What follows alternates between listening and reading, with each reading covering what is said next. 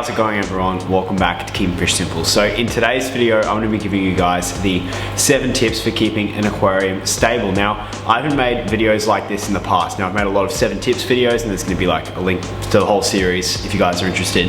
But I haven't made really videos about tank stability, and I haven't really focused on how to actually keep an aquarium really simply.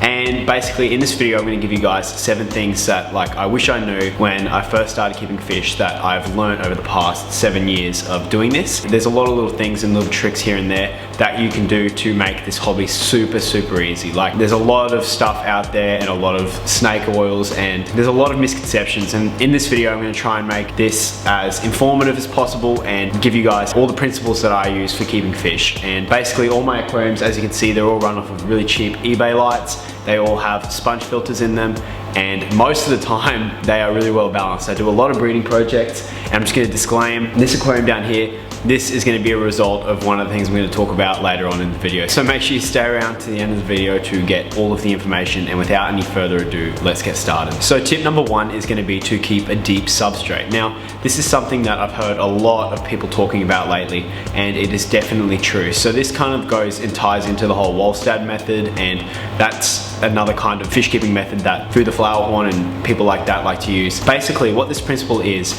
the substrate in your aquarium, it comprises a huge portion of all the beneficial bacteria that are in the aquarium. So when you think about it, all these beneficial bacteria, they stick to surface area in the aquarium, and a gravel substrate or a sand substrate has a huge amount of surface area on it. So there's tons of these beneficial bacteria sitting there, running the nitrate cycle in the aquarium and making everything work. So behind me I've got bare bottom tanks, and I've also got planted tanks with deep substrates. Now, the aquariums with the deep substrates usually are a lot easier to take care of, and this is because there's tons of those beneficial bacteria sitting in that substrate. So I guess what I'm trying to say is it's not very straightforward. I'm gonna have to go in depth on this topic in another video, but a deep substrate is super beneficial as it holds a huge amount of these beneficial bacteria in your aquarium that are helping keep it stable and get rid of all the ammonia, nitrates and all that kind of stuff that forms from your fish waste and all that kind of nasty stuff. So my first tip is going to be to keep a deep substrate. Now my second tip is going to be to keep live plants in the aquarium. Now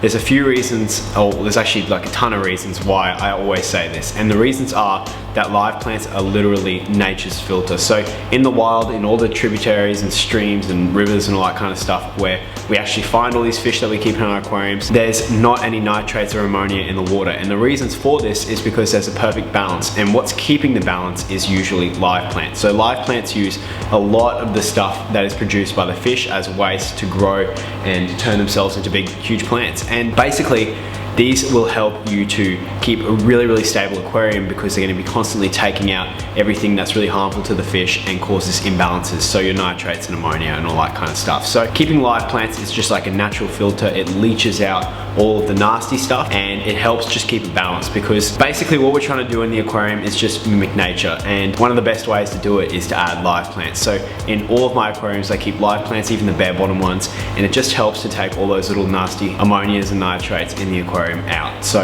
it keeps the aquarium stable. Okay, so tip number 3 is going to be to understock your aquarium. So there's a lot of people I see, and myself included, I've got a lot of overstocked tanks at the moment because I've got way too many fish that I've bred. If you're aiming to keep a stable aquarium, which everyone here should, unless they're doing a lot of breeding projects, and there's kind of no excuse to not keep a stable aquarium, but obviously there's some people that are just trying to get that beautiful display. Having a stable aquarium is going to be the most important part. So one of the biggest problems that I see people struggling with when they have an aquarium that's constantly fluctuating with ammonia levels and not being stable, you've got fish dying and all that kind of stuff. These people are overstocking their aquariums. There's way too many fish and you've got an imbalance from day one. So I always recommend to understock an aquarium. Now, the aquarium behind me is kind of perfectly stocked. This has got like 6 angelfish, like a couple of danios and some bristlenose plecos. Now, I could fit a few more things in there, but I just decided not to. The reasons why is because I like how consistent and easy this tank is to take care of, and adding other stuff will cause an imbalance. So for instance, the aquarium down here, this is my rainbow fish aquarium, and it used to look really good in videos a couple of weeks ago.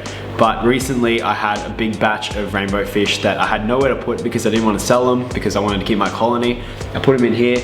We had a ton of new rainbow fish in here causing a lot of waste, and we've had an imbalance, we've had an algae bloom. So it just goes to show you exactly what I'm trying to say. So definitely understock your aquariums, and I'd start with a really small amount of stock in a new aquarium and then slowly build it up over time, just so you don't have a huge ammonia spike the second you add like a ton of fish to a new aquarium. Tip number 4 is going to be something that I think that a lot of people should be trying to do, especially for keeping consistency, and this is to not chase pH. So a lot of people don't understand what pH is, and just really quickly, pH is just the amount of acid in the water. And basically, there's a lot of fish that come from the Amazon where they have a very low pH, and we've got African cichlids that come from Africa that have very high pHs.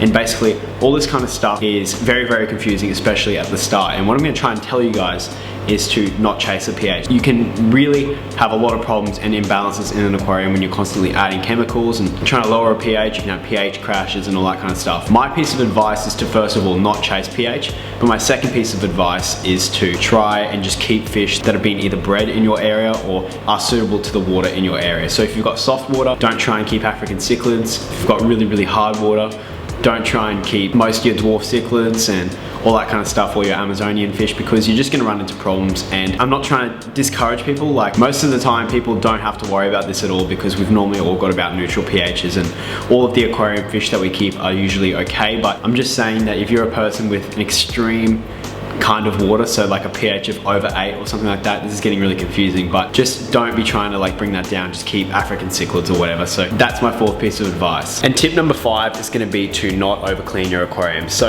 it's completely natural to like want to clean something when we see it dirty. So if we see a ton of like algae on a rock or something like that, we want to clean it and get in there. I can understand it, but over cleaning is one of the things that can lead to a lot of imbalances, and in general a lot of tanks being unstable. And what I'm trying to say is, yes, clean the top of like your substrate, so get all the detritus out, and over cleaning is going to lead to a lot of issues. So I really cringe all the time when I see people getting a big siphon in there and vacuuming out all their gravel, because they're just messing up those huge cultures and masses of these beneficial bacteria that are keeping the aquarium stable. So normally you just kind of want to set an aquarium up, you just want to kind of like almost forget about it, just do regular feedings and stuff like that. Don't go in there and mess anything up, because you're just going to cause problems. Don't over clean it, don't get in there with the filter and just mess it up. I'm just trying to say, let Mother Nature do her thing. Let it all kind of work in a balance and find its way to become a balance. You will have the most stable tank of all time. And tip number 6 is going to be to keep the aquarium out of direct sunlight. So a lot of people don't know this, but sunlight can have a huge effect on how an aquarium is kept like balance wise,